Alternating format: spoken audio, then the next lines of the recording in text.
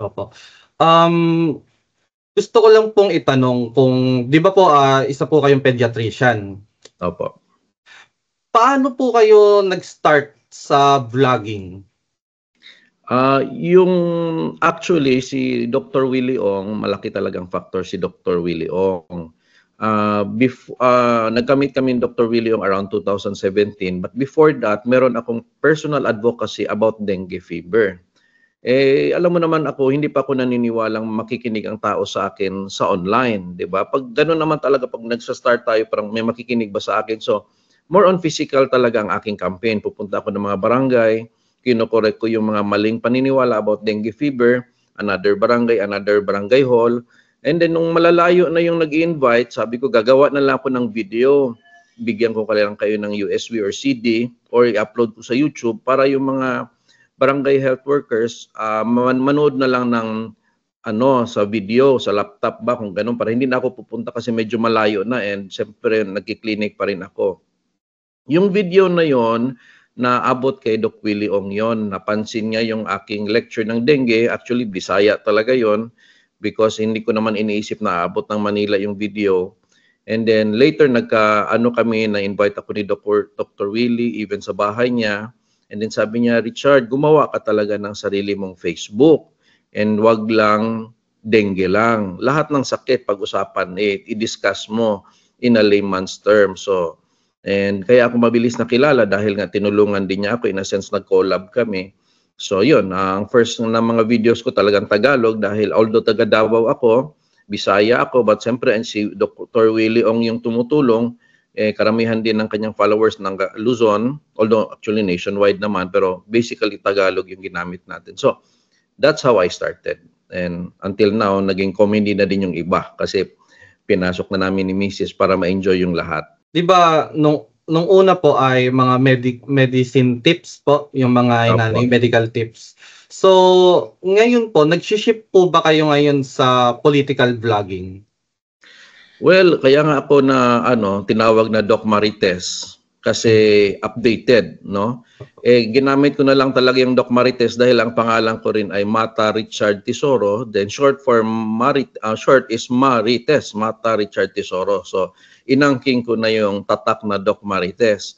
Ngayon, hindi lang political ang aking sinishare ever since.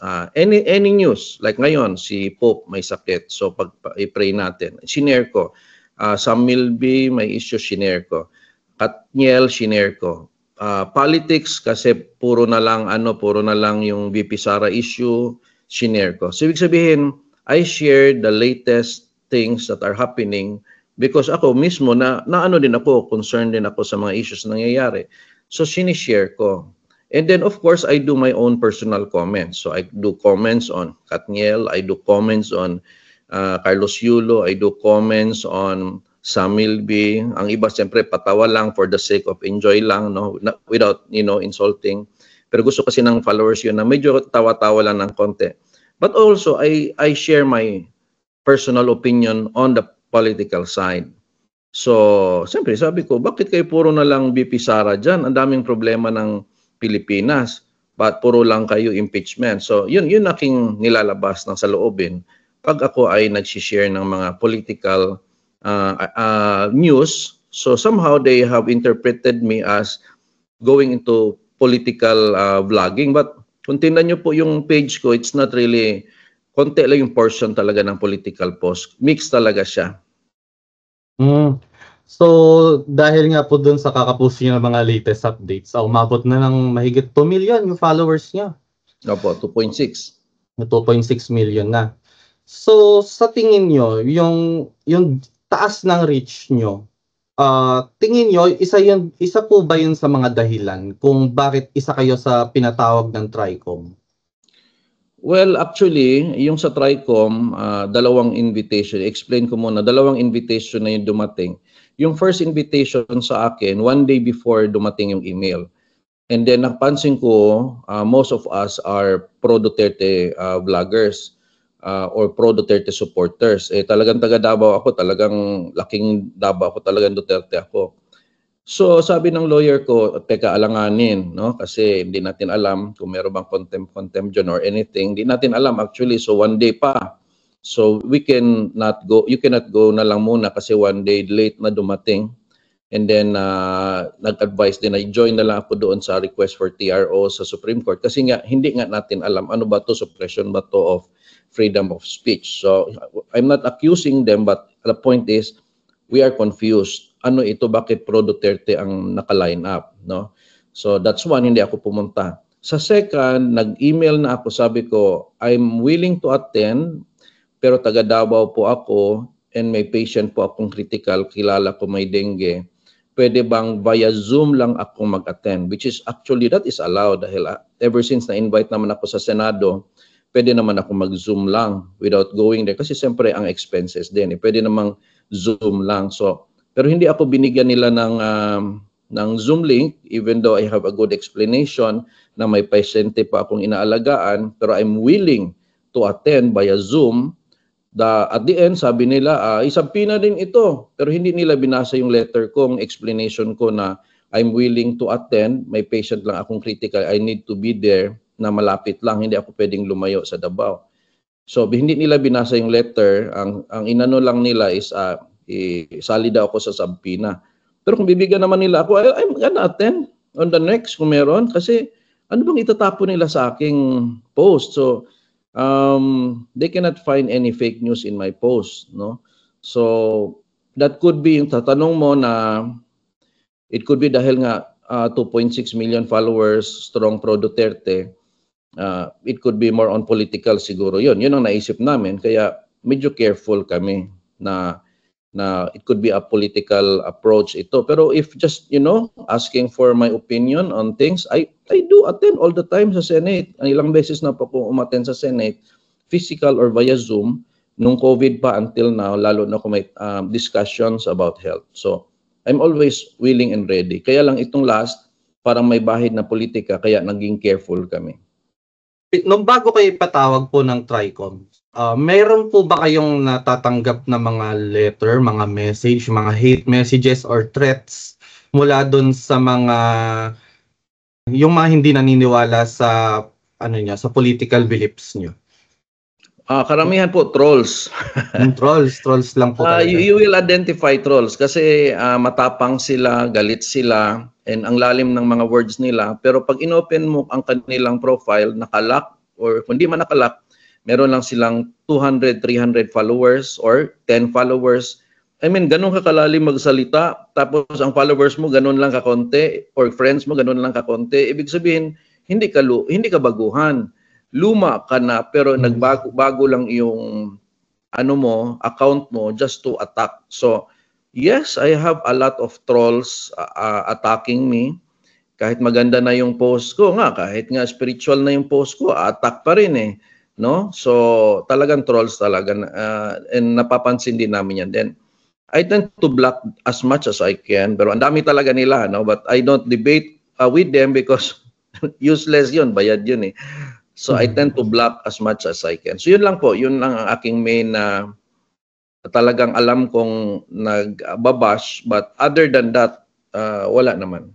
So, wala naman kayong natanggap na mga legal problems or mga legal charges dahil sa mga posts nyo? Ay, wala talaga. Kahit maghukay sila ngayon ng aking post. It's not really a political post. It's not really a political page. So, I'm also like, hindi ko lang mention, there's a certain blogger as well. Ganon din, political post din siya. Yung kanyang, we have the same family name. Yun siya, talagang political yun siya. Then, sa akin pinadala yung kanyang show cause order sa address ko. Sabi ko sa pulis ang nagdala, buti na lang, pasyente ko yung pulis. Sabi ko, hindi ko tatanggapin, hindi ito ako. Bakit sa address ko ito napunta? Because Congress knows my address dahil ilang beses na po akong umaattend ng Senate. So, the secretary ang doon, communication, alam nila saan si Dr. Mata nakatira. Kasi nga, parati ako nasa Senate before. So, bakit nila pinadala itong isang Mata apelyido to my address? Siguro, dahil hindi nila alam saan yung bahay ng isang vlogger, baka inisip nila, ako yun. Or another like ano ko, like tagatira ko lang na secretly. And that's why I'm willing to attend on the next hearing to clarify this kasi although hindi ko siyempre hindi ko pwedeng i-defend yung isang person because he's not me. He can only defend himself. I can only defend myself based on my page. And puro patawa naman tsaka inspiration yung page ko eh. Sana nga i-play nila yung mga video ko din during the hearing para maging masaya naman yung Congress. So they have nothing against me. So yes, I'm willing to attend on the next. Sabi ko nga sa second invitation, I am willing. Kaya lang kung pwede ba via Zoom lang dahil ganito yun, Doc Ross. We are invited. No, we are not accused. Kahit sila nagsasabi, hindi namin to in-accuse ito sila, sabi nila na interview ni Ace Barbers. We are not being accused of anything. We are invited. So it's like me, time to time na-invite ako as speaker from a school or any organization. Kung hindi ako maka-attend, hindi ko ako pwedeng isabina kasi invited guest, respected guest ako eh. Bakit may sabpina? Bakit bawal ang Zoom? Bakit kailangan andun ang presence? So doon ka mag-question, kailangan ng presence for what? Dahil baka makontempt ka, baka i-detain ka, kasi hindi mo ma-detain ang nag-Zoom eh. So doon kami nagki-question. A person na gusto mo lang makuha yung information niya, lalo na kung malayo yung lugar niya, pwede sana ang Zoom link, Zoom conference. Bakit hindi pwede? But I cannot speak for my other kasamahan if they will attend or not. But for me, I will attend again on the next session. Basta ako po, aking page lang po ang aking i-defend. Yun lang ang aking, yun din ang advice ng lawyer ko. Yung page mo lang ang i-defend mo. They have nothing, and they're always saying na we are not against freedom of speech. And then that's good because if they could find something political in my page, it's freedom of speech. Ano bang sinabi ko doon na natamaan si Ace Barbers na nag-viral? Ang sabi ko, Congressman Ace Barbers, sabi ko nag-viral ito eh. Sabi ko, huwag niyo pong gamitin ng NBI para matakot ang mga vloggers. If you have something against these people, please make a formal statement, no? Then i-post din po natin and always say as leaders na this is a free country. You can always say what you want. Yun dapat ang parating sinasabi ng leaders eh. Like PRRD, ina-attack siya ng ina-attack. Wala naman siyang pinatawag. And he will always say, freedom nilo yan eh. Gusto nyo mag-rally, freedom nyo yan eh. So meaning if I'll be accused of something in my page, it's like all the other pages, all the other people, freedom of speech. Tingnan nyo yung mga comment. No? Kung ako, bawal ako magsalita, bawal din mag-comment yung mga tao kasi marami ng sa mga comment section, oh tama ka Doc, ganito kasi sila. But that is freedom and that makes our country healthy, democratically healthy. So wag talagang dapat galawin ang freedom of speech. Sabi hindi daw freedom of speech yun eh. Fake news daw yun eh. Yeah, I'll be willing to attend. And I'm anti-fake news. I have a lot of posts advising people to how to detect fake news and clickbait. Kasi maraming ganun eh. Kahit yung mga sugal, sabi ko fake news yung sugal eh. Kasi sinasabi nila, legit ito, legit. That's fake news. Sinasabihan mo ang tao legit, sugal yan. Siyempre, hindi ibig sabihin panalo ka parate. Huwag nyo sabihin legit kasi ibig sabihin pwede kang matalo dyan. So maraming ganung fake news. I'm on that side of fake news na kinukorek ko yung mga like may chismis about showbiz personality. Hindi naman totoong sinabi ni so and so ito. Pag tap mo, papunta ka ng Shopee. That's a fake news, clickbait. Diyan ako, I agree with that. Let's do something about that.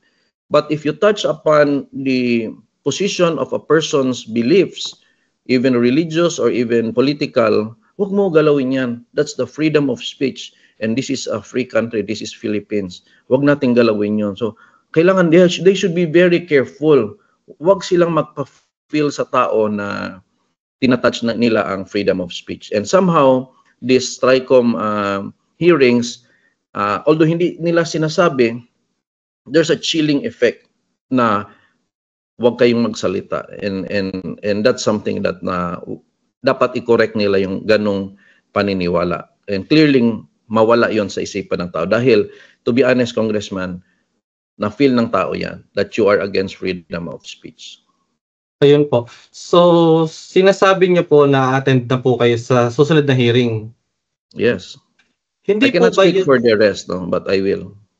hindi po ba yun makakaapekto dun sa TRO na isinampa niyo dun sa Korte Suprema? Oh, well, on that question, ako naman po ay against the issue. Yung TRO talaga is, for me, it's more on the freedom of speech, no? So, on the belief that I'm gonna go there, believing na they are not against freedom of speech, walang problem, I do believe so, no? And then nagpaalam naman ako sa aking mga kasamahan na if ever I will decide na umattend na lang, no?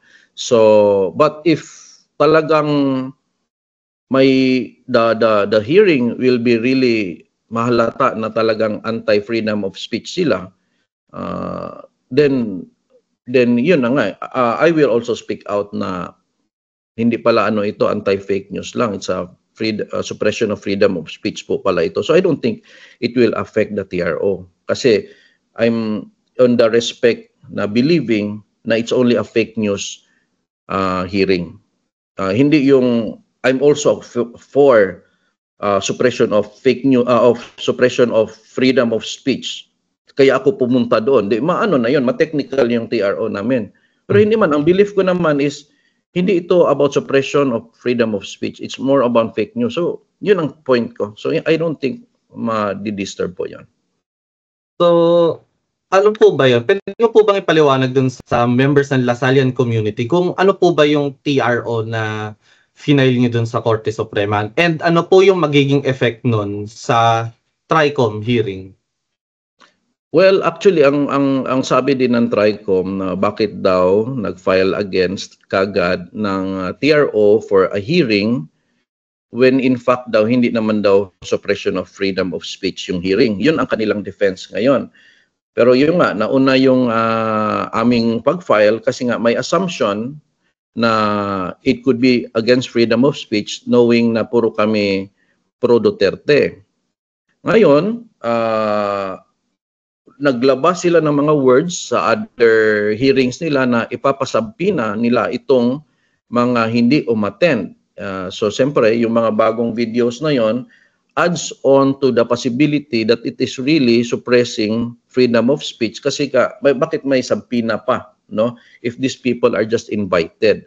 So, we put it to the Supreme Court kung magbigay sila ng TRO regarding this hearing na hindi na lang kami attend if it's really about suppression of freedom of speech. Pero hindi ko po pwede pangunahan ang Supreme Court doon. Nauna lang po talaga kami kasi because of the chilling effect na nabigay ng mga previous Quadcom meeting na siyempre natatakot rin kami, no? Na baka kami ay ma-detain, no? And then may pamilya po kami, may trabaho po kami. So we need just assistance from the higher court. So yun po yung ginawa namin. But then again, sana totoo yung sinasabi ng congressman nga hindi nga daw ito suppression of freedom of speech. This is just fake news issue. Pero we'll see. We'll see. And hindi pa po 100% yung ibang kasamahan namin na talagang only about fake news ito. It could be a political thing din, especially na nearing na po ang election. So, kaya I cannot speak for them, but me being just, ordinary vlogger na hindi naman talaga political, I can go there and then I can voice out my points on fake news because yun naman ang gusto nila eh. Yung sinabi ko kaninang tips ko on fake news, yun, I could share that as well. And then I will also say na I'm not agreeing na lagyan ito ng additional na batas na pwedeng makulong ang isang vlogger kasi it could be used politically. But I'm still okay na kung kunyari gagawa ba ng, for example, KBP na parang pang social media. Basta NGO lang. Ayaw kung ang government ang magdadala kasi it could be used politically and pwedeng takutin. Dapat hindi yung ikukulong kagad or i-detain kagad. No, yung KBP hindi naman sila gumaganon eh. Nagwa-warning lang naman sila kunwari mali yung na-post. Okay yun, mag-oversee. Parang MTRCB na NGO. I'm okay with that kasi gusto ko rin yung ibang mga vloggers no, naguhubad na. Kailangan sabihan din sila. Yung mga gambling na nakikita ng mga minors, kailangan meron ding mag-guide sa kanila kung talagang gusto nila mag-promote ng gambling. So, yes, I agree na merong overseeing body but my suggestion, hindi yung Congress para hindi po magamit on political side. Dapat walang politics ito. Wala yung, ay, antay ka kasi sa amin. Ano ka pro Duterte ka, ay, anuhin ka na. Walang ganunan sana. It can only happen pag NGO yung overseeing body. So, nabanggit nyo kanina yung salitang chilling effect. Sa tingin nyo, yung ginagawa na mga investigation ngayon, magkakaroon ba siya ng chilling effect hindi lamang sa mga content creators, kundi pati na rin ba sa mga media, sa mga campus journalists katulad namin? Yes. Actually, may interview 3 days ago ni Gretchen Ho with Ace Barbers. Kahit siya mismo, nagdi-discuss sila eh. Siya mismo, si Gretchen mismo, nagsasabing, could that cause some parang chilling effect to other people, not only the social media, but even the media itself. So, yun na mismo, media, na yun, mainstream media na si Gretchen eh. Natanong pa niya si Congressman Ace Barbers.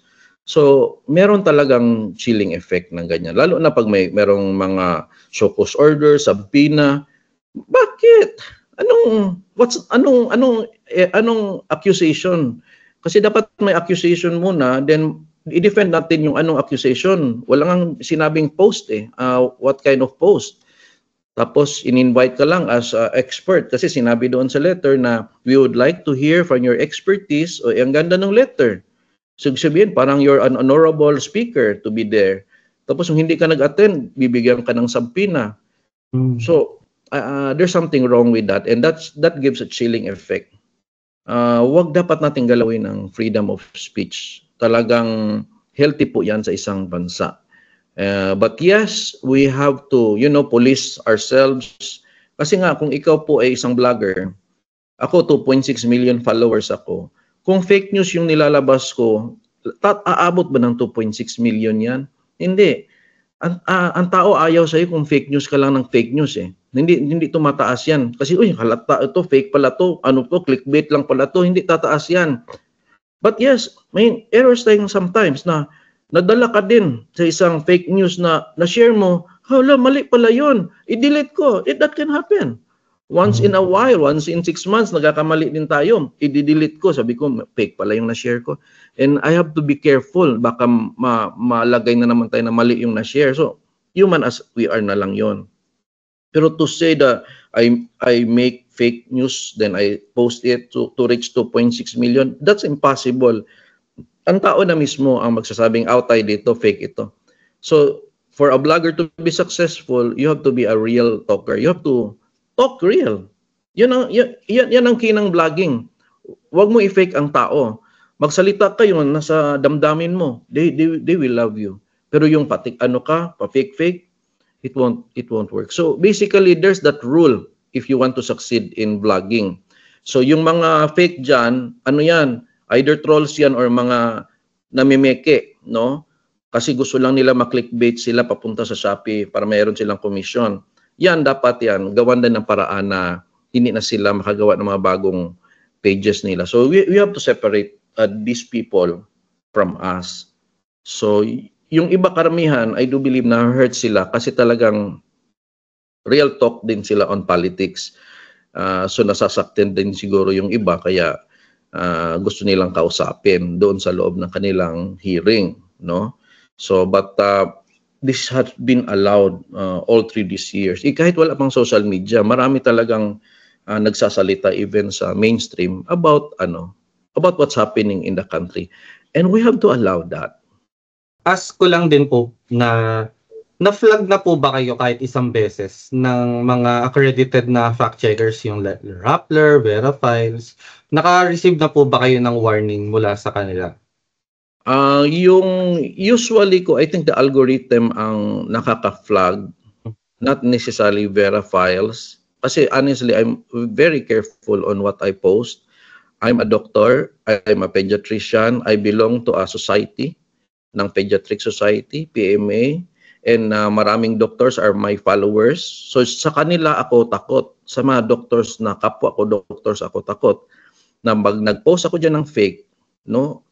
Pwede sila mismo ang magsasabing, Dr. Mata, that's a wrong concept, di ba? So sa doktor pa ako una na rather than sa Vera or sa any mas tayo sa kapwa doctors. And that alone overseas na kailangan ako ay talagang yung sasabihin ko ay tama.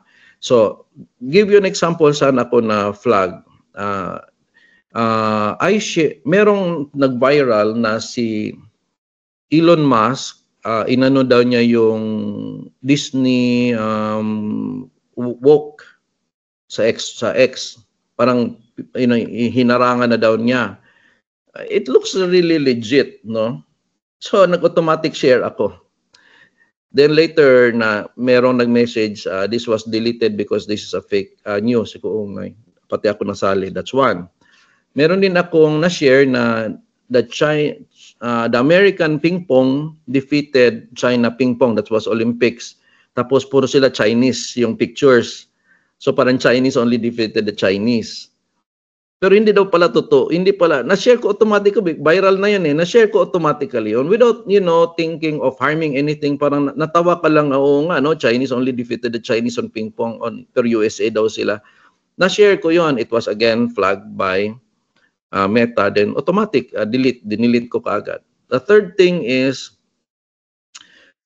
si Andy ng Siargao, yung nagsasurfing siya, ang galing ni Andy Engelman. So sinare ko yun, ang galing. Finlag pa rin ako kasi daw parang siguro bearing skin or anything. So deleted kaagad. So ganun ang Meta. They correct us. But as you could see, the examples that I posted are not intentional. Anybody can make those mistakes. Ilang libo siguro tayo nakashare ng mga ganun. So ako, na-flag ako. Then I try to my best na hindi. Kasi I'm maintaining my recommendation level ng Facebook. So ayoko mag-post ng mali-mali kasi baka hindi na ako recommended. So there is already this way of the social media to remind us, human as we are. So, kumikita po ba kayo dyan sa mga pag-share nyo ng mga posts? Yeah, meron na po tayong umabot na tayo sa level na ang Meta na kasi ang nagbibigay ng mga bonus because gusto nilang gumawa ka pa ng mga ganito. So ngayon, marami na kaming tinatawag doon monetary, basta kunyari a picture, pwede silang kikita ka ng ilang piso, ganyan. A text, meron. A video, meron. Reels, meron din sa long videos, meron. So yes, meron na po tayong income din dyan. So, hindi po totoo sa palagay nyo, hindi totoo yung sinasabi nila na may mga grupo na nagpopondo sa mga vloggers? It's really weird. Actually, sabi nga doon interview ni Ace Barbers, if you could find that, sabi niya, tinanong siya, bakit tinawag mo itong mga narco vloggers or pogo vloggers? Sabi niya, in his words, yan yung theory namin eh. That alone is wrong. Theory mo, tapos ipapatink mo ang tao without any evidence. In my opinion, kasi it's all true na based on survey, basta mga China ka daw, pro-China ka daw, ganyan, mas gusto ng Filipinos yung anti-China ka. Alam ko yun ganun yung survey which is ako naman po hindi ako pro or anti-China, I'm pro-Philippines, no? So, ang ginagawa nila ngayon, para bumango sila sa mga tao and masira kami sa tao, you have to link these people to Chinese or the Pogo, no? Para mawalan yung credibility. Pero dahil masyadong malayo yung possibilities, people don't believe that. Ako, for example, ako yung isa sa number 1 na anti-online gambling. You could find a lot of interviews, millions of views yung interviews ko on that. And then marami ding nagbago na, no? Naintindihan nila na, Doc, sorry Doc, hindi na ako ulit. Marami na ganyan, which is good. Antay nga ako online gambling. Paano ako naging Pogo funded, di ba? So, again, based on Congressman Barbers, sabi niya, it's just a theory. Theory nila yon. So, hindi po kami ang mag-explain nun. Siya po ang dapat tanungin nyo. Bakit, anong theory ninyo, anong basis nyo, at can a theory be used para masira ang reputation ng mga tao? That's wrong actually. So, kunwari, di ba napadalhan na po kayo ng subpoena? Wala pa. And wala pa po. Ipopost ko rin yun pag may subpoena ako Siyempre, tanang buhay ko, ngayon pa ako makakuha ng subpoena.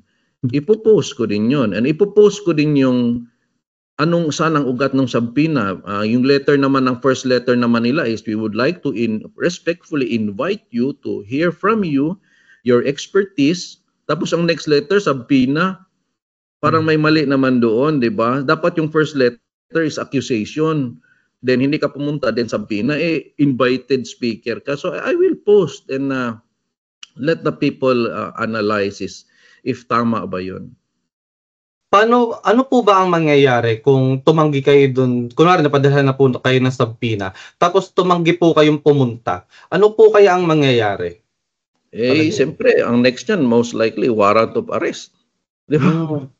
Possible warrant of arrest for being a invited speaker. Ayaw ko naman yung iwa-warrant of arrest ako. Doon na lang ako sa Congress, kung i-detain nila ako, benefit pa yun kasi nakikita tayo ng camera na i-detain tayo. Kung iwa-warrant of arrest ako, wala namang camera dyan. Ibig sabihin, saan yung aking wala tayong laban dyan. Hindi naintindihan ng tao kung hindi nila alam. So at least dyan, they will decide if tama ba kung i-detain si Dr. Mata, tama bang ikulong si Dr. Mata dahil anong rason, di ba? That's I'm willing to attend if they will give me a subpoena. Ang TRICOM hearing po ay para imbestigahan ng mga fake news, di ba?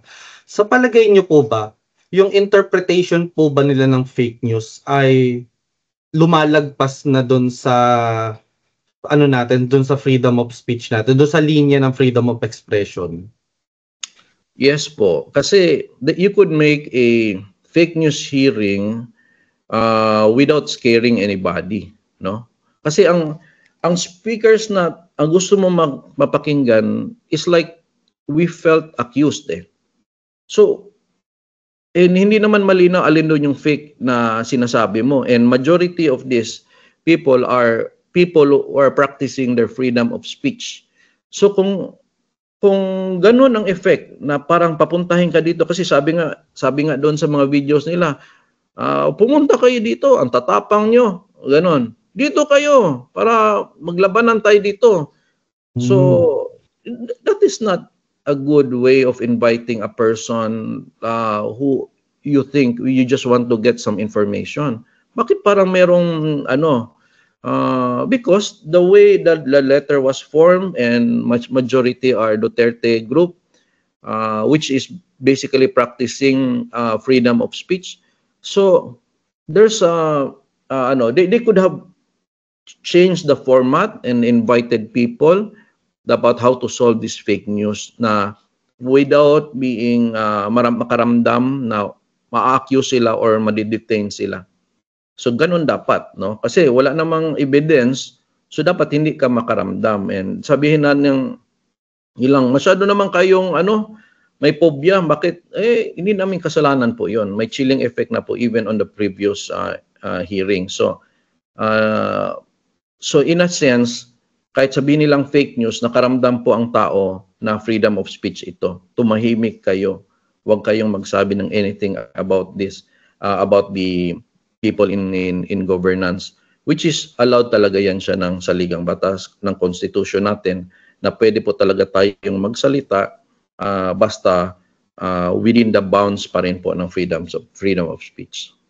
Ano po yung magiging opinion niyo sa pinupush nila na i-require ang mga social media companies na mag-file ng prangkisa muna bago sila makapag-operate dito sa Pilipinas?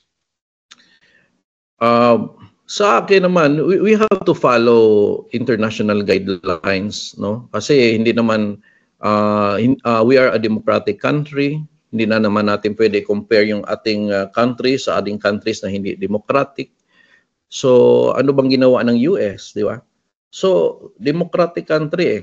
So, hindi naman nila usual ginagawa yan. Ano bang purpose nun? Para to, tatanggalin ang prangkisa kung ayaw mo yung sinasabi. So, then that could be a control. Again, control of freedom of speech. Kasi baka hindi na naman fake news yung ayaw nyo. Baka tama yung sinasabi, na masakit lang talaga, nakakahina ng ratings, ng survey. So, baka tatanggal lang ng prangkisa. So, nawala na yung freedom of speech. Nawala na yung beauty ng ating social media. Because social media is actually a breakthrough in this generation na pwede nating masabi ang ating gusto na hindi tayo bayad. Actually, ang bayad talaga ang mga mainstream media. Kaya nga hindi sila maka-attack eh. Kasi bayad nga eh. So ito ngayon walang bayad eh. So nagsasabi ng katotohanan. So ang sarap makinig sa taong nagsasabi ng totoo. Huwag nilang galawin yun. Huwag yung tanggalin yung pangkisa dahil ayaw lang nilang marinig yung sinasabi dahil nakaka-apekto ng kanilang ratings. Di gumawa kayo ng mga bagay na hindi kayo mapupuna. Diba? Tingnan nyo yung effect sa majority ng inyong mga ginagawa para hindi bumaba yung ratings nyo. Huwag na natin pakialaman yung mga prangkisa or freedom of speech na yan. Let them speak. Total, kung maganda naman ang ginawa mo, talagang ang tao mismo ang magli-live sa'yo. Ang mga vloggers mismo ang magli-live sa'yo. Paano nyo po nasabi na ang mainstream ay nakakatanggap ng bayad? I mean, clarifying nyo lang po. Actually, sabihin na, siyempre wala tayong evidence, no? Wala tayong ebidensya dyan. Pero, ang mainstream media talagang ang bait ngayon, eh, no? Wala talaga silang comments on the government, no? Wala silang attacks on the government. So, we don't have evidence, of course, na bayad, no? Pero, yun ang nararamdaman lang ng tao. How can I accuse na bayad? Parang bayad.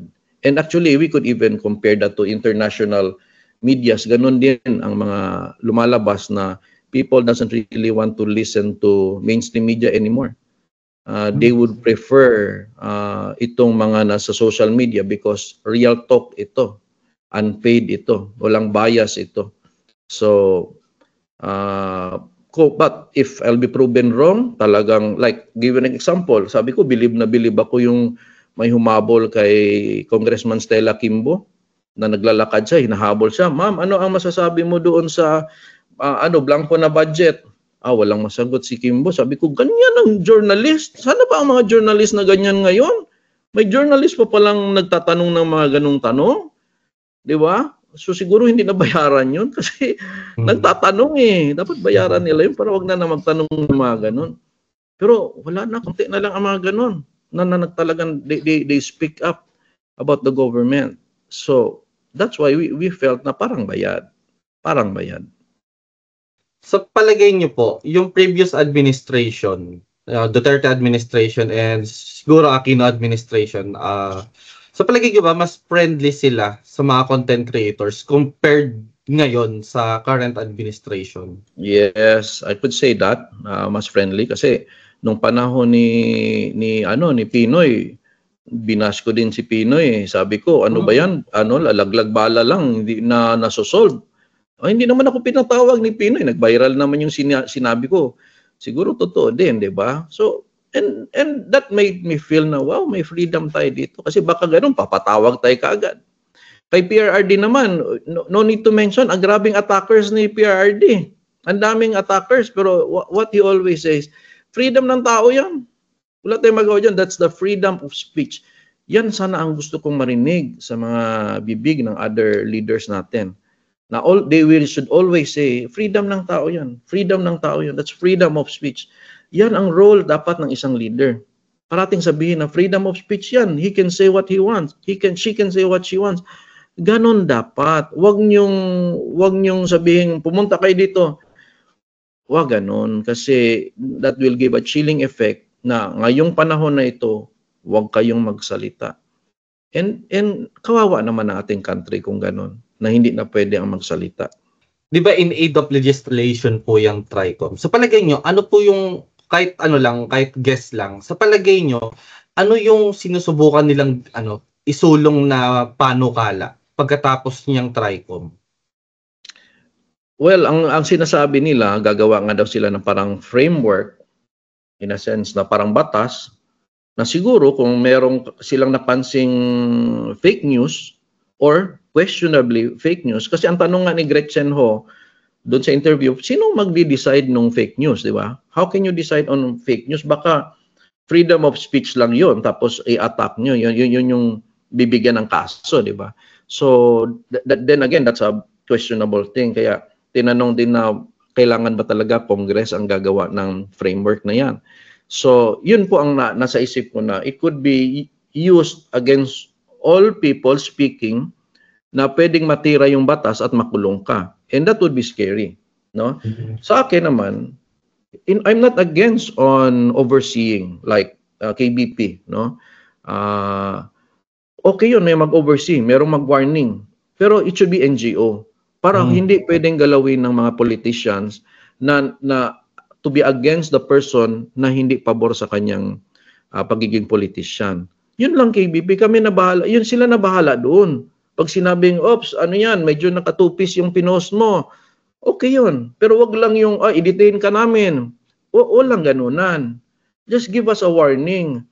Pero kung gagawa kasi ng batas, ang problem kasi sa new na batas, ano ang parusa? Kung nakalagay naman 5 years imprisonment, then paano na yon? Sino din nag-decide? Kung ikaw yung baka makulong ka dahil freedom of speech yung ginawa mo.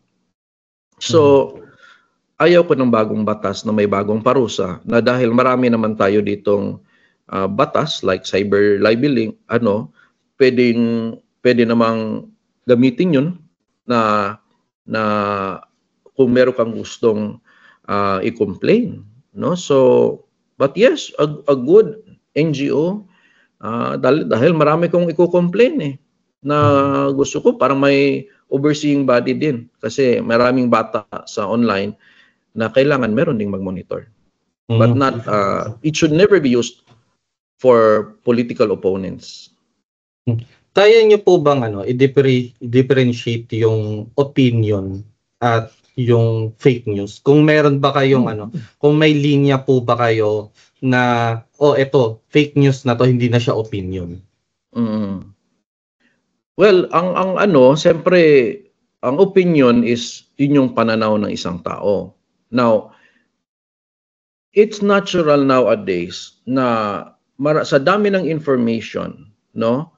Meron silang masasabi na hindi pa talaga proven. Now, to say na fake news peddler yon, hindi ko pwedeng sabihin kagad nun. Kasi nag-o-opinion siya, meron lang siyang data na sabi. Now, pwedeng i-call yung attention niya, na sabihin, we would like to correct you on the data that you've mentioned, then antayin natin. Kung mag-react ba siya, I'm sorry, I didn't mean na yun po ang data, this is the corrected, yun. Then hindi siya talaga fake news peddler. Kasi nag-opinion lang siya, meron lang siyang data na nakuha, na it could be may nagsabi din sa kanya or merong nag-viral na video, siyempre doon niya kinuha, does that mean I'm a fake news peddler? Naniwala din ako doon So, pwede ko namang sabihin, I apologize, but on the other things that I mentioned, yun po ang aking paninindigan.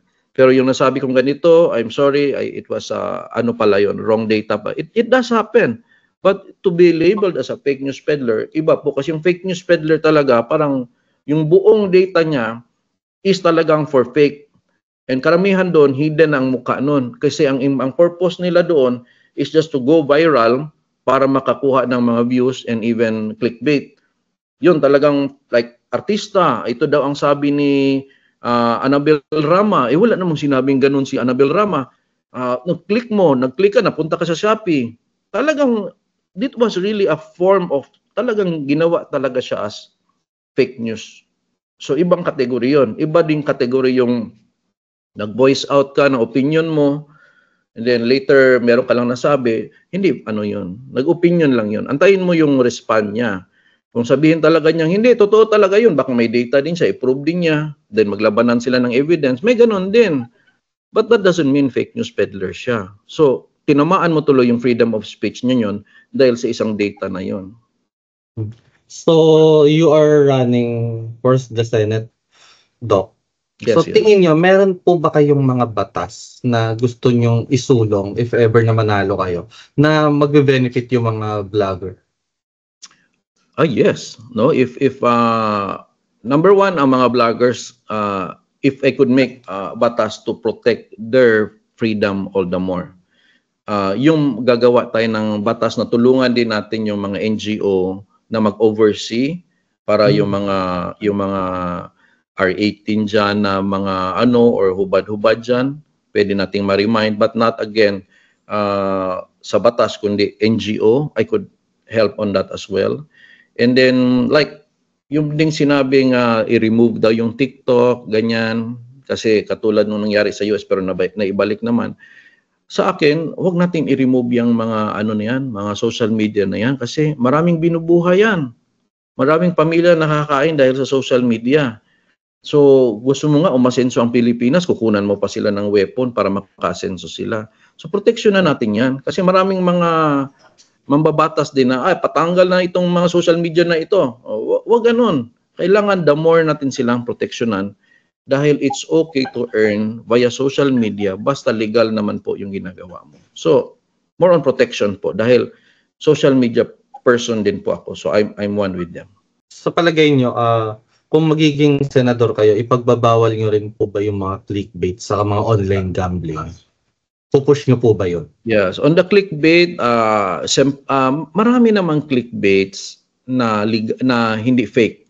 Okay? May mga true din, chismis na totoo.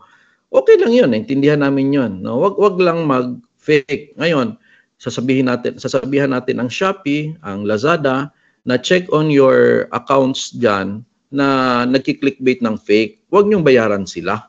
Kasi fake naman sila eh. No? So, I don't know if a law is needed or just a warning, if it's okay, para mawala na sila. No? That's one discussion. Regarding the second question sa online gambling, siyempre, nasa batas na yan eh. Meron na ngang PCSO approve eh. So talagang malaking labanan yan para maitanggal ang online gambling. But ang madali na sigurong magawa is more on regulate. For example, katulad ng sigarilyo. Pag bumili ka ng sigarilyo ngayon, may mga picture. Uy, may cancer. Uy, may asthma. Bakit? To warn the smoker na hindi pala ito beneficial. Pero nagsigarilyo ka pa rin, then that's up to you. Ngayon, ang online gambling, legit. Anong legit doon? Walang warning na delikado yan. Merong naghiwalayan, naging magnanakaw, nakulong. So, first is ang age. Kung gusto mo mag-online gambling, i-request ko lahat ng mga PCSO accredited na bigyan mo ng ID scan yung gustong mag-online gambling para malaman natin if 21 years old above, should be 21 dahil gano'n naman sa casino talaga eh. Ngayon, 15 years old ka, hindi ka pwede. Ngayon, kailangan din ng actual picture at the moment, parang GCash, para malaman iyong ID yun. So that's one. Number two, I'm gonna ask at least 10 slides na before ka makalaro, marami mo ng mga disclaimer na merong naghiwalayan na, merong naging magnanakaw, may nakulong, pakita yung mga pictures na ganon, gusto mo pa ba rin mag-gambling? Go, mag-gambling ka. At least alam mo na ang reality nito, maraming nasirang pamilya. Kailangan ng disclaimers and talagang age mapigilan. But to say na i-remove ko if I'm superhuman, madali sana, pero hindi. Ang daming dadaan na proseso yan dahil umi-income ang government din dyan.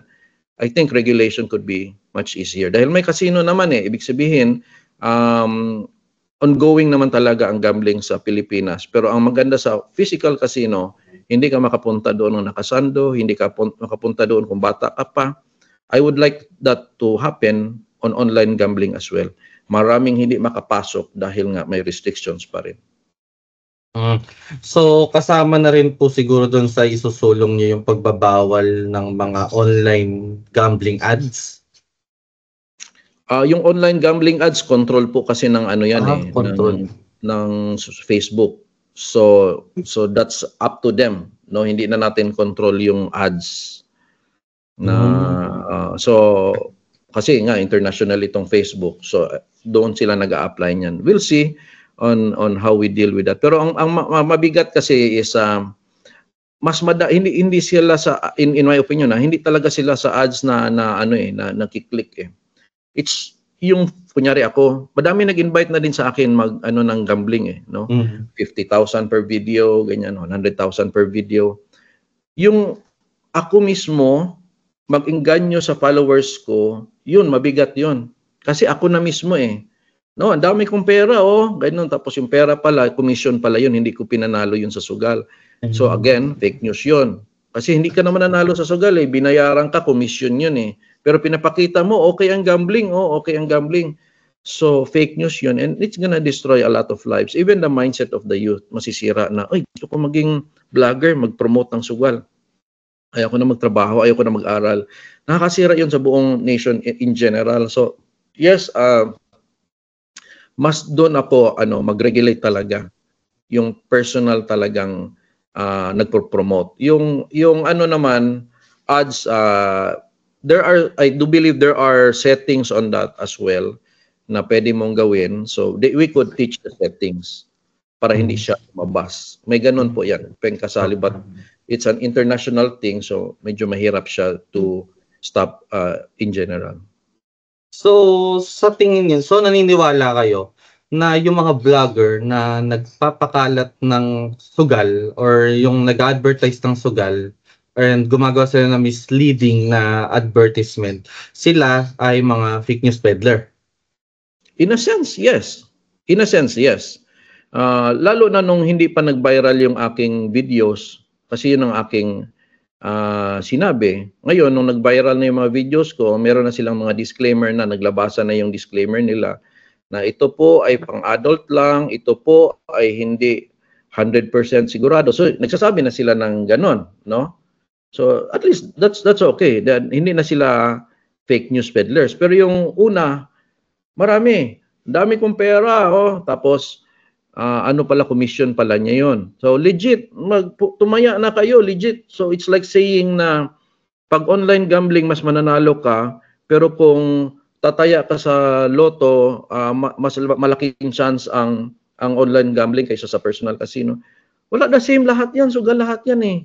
Huwag mo ipa-feel ang tao ng ganyan. Kung napa-feel mo ang tao ng ganyan, so that is a misleading advertisement. It's already fake news. Tapos biglang, naubos yung pera ko pamalengke. Nagnakaw na. Kasi nga, naniwala sa kanyang idol eh. Idol niya yun eh. So, we have to guard them as well. We have to guard them. Hindi naman natin, mapigilan silang lahat na hindi na mag-gambling, but they have to understand the dangers in the society of wrong advertisement. So, meron po ba kayong mensahe sa mga followers niyo? And syempre, doon sa mga, sabihin natin sa TRICOM, may mensahe po ba kayo sa kanila?